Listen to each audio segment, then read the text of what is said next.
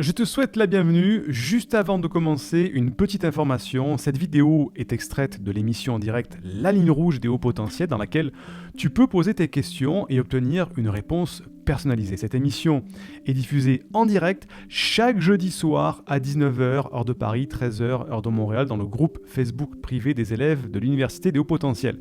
Si tu ne fais pas encore partie de ce groupe d'entraide et de bienveillance, tu peux y accéder en devenant élève de l'université. Pour cela, il te suffit juste de télécharger une première formation offerte dans le cadre de cette campagne de sensibilisation au haut potentiel. Le lien se trouve en description de cette vidéo ou en description du podcast. C'est tout simple, tu m'indiques à quelle adresse je dois t'envoyer la formation et tu la reçois tout de suite. Gwendal qui nous dit: comment peut-on se détacher de la perception qu'on a des personnes devant nous ? Pour moi, les relations parfois sont théâtrales, je vois le scénario en avance. Alors Gwendal, là effectivement, tu touches une des particularités, une des singularités du haut potentiel, c'est de voir toujours l'envers du décor et d'avoir cette pensée fulgurante qui comprend tout d'un coup. C'est quand une conversation se met en place et que tu vois au bout de quelques secondes vers quoi va mener la conversation, quelles vont être les interactions entre les personnes pour arriver à une conclusion. Ça arrive souvent, je parle pour mon cas, quand je vois des gens se disputer par exemple, ou des gens entrer dans une discussion qui va mener à une dispute, je sais comment ça va finir, je sais qu'il va y avoir une stratégie de réconciliation, et tout ça on dirait du théâtre.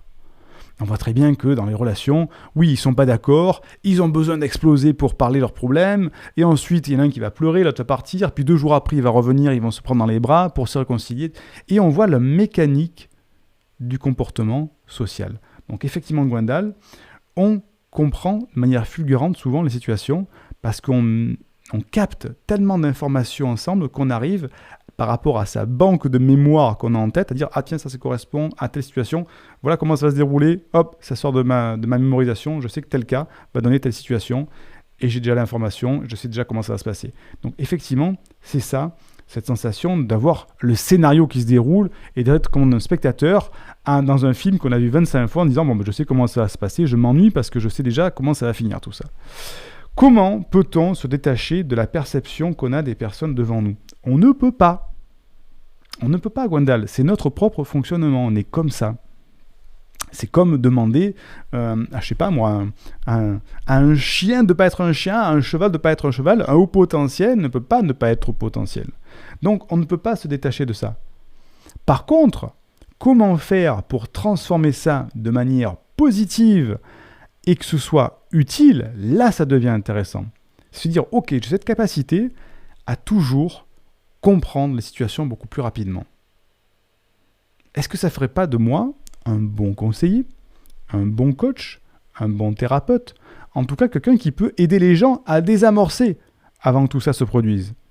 Ah, là on commence à avoir un autre mode de pensée, pas en train de se dire « Oh là, mais je sais encore ce qui va se passer, comment faire pour me détacher de ça, etc. » Se dire comment je peux transformer cette réaction brute en quelque chose de positif. Et là, ça devient « Ok, mais qu'est-ce que je pourrais faire à chaque fois que je tombe dans une situation pour désamorcer ?» Et là, ça devient intéressant de se dire « Écoutez, je ne vais pas rester comme ça, je vais être proactif, je vais peut-être me renseigner dans ce qu'il faut faire en communication non violente, renseigner ce qu'il faut faire au niveau de la PNL, comme ça, la prochaine fois que je vois cette scène théâtrale se passer devant moi, je dirais stop, écoute, hop. Et si on mettait en place, essaye de lui dire ça, essaye de faire ça, essaye de faire ci, comme ça, tu vas essayer d'interagir avec cette scène de théâtre, c'est presque du cinéma interactif, et tu vas pouvoir modifier les interactions pour les aider à mieux passer la chose. C'est le rôle du coach et le rôle du thérapeute. Et à ce moment-là, tu utilises ton talent de haut potentiel qui arrive à décrypter ça facilement, de manière efficiente, pertinente, et tu vas prendre plaisir au bout d'un moment de dire « Waouh, j'ai réussi à dénouer certaines situations, j'ai réussi à aider certaines personnes, on m'a fait un retour positif, feedback positif, et là tout ça, on rentre dans un cercle vertueux au lieu de se dire « Mais qu'est-ce que je fais, tout ça, j'ai toujours l'impression, comment faire pour me détacher, tout ça ?» Ben non, il ne faut peut-être pas s'en détacher, il faut peut-être s'en servir de manière utile et pertinente. Gwendal. Indique-moi en description à quelle adresse t'as envoyé la formation offerte qui s'intitule « Canalise tes pensées envahissantes et profite de l'instant présent ». Et surtout, partage cette vidéo à une personne de ton entourage que ça pourrait aider. Et n'oublie pas, comme le disait Einstein, la folie c'est de faire toujours la même chose et de s'attendre à un résultat différent. Si tu veux t'épanouir avec la douance, c'est le moment d'utiliser le bon mode d'emploi, celui qui fonctionne avec toi, et de changer pour faire de cette terre un monde meilleur.